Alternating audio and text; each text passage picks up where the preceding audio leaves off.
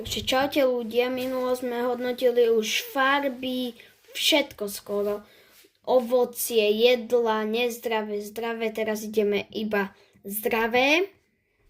Takže brokolica 10, nelúbim.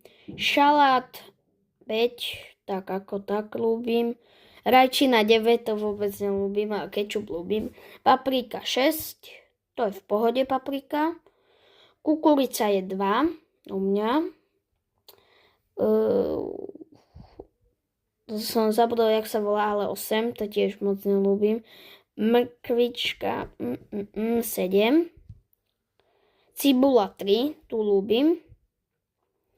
No, akože dobré. A paprička 1, dobre, no. Že no, toto nevyšlo moc na prvé miesto, čili papričku.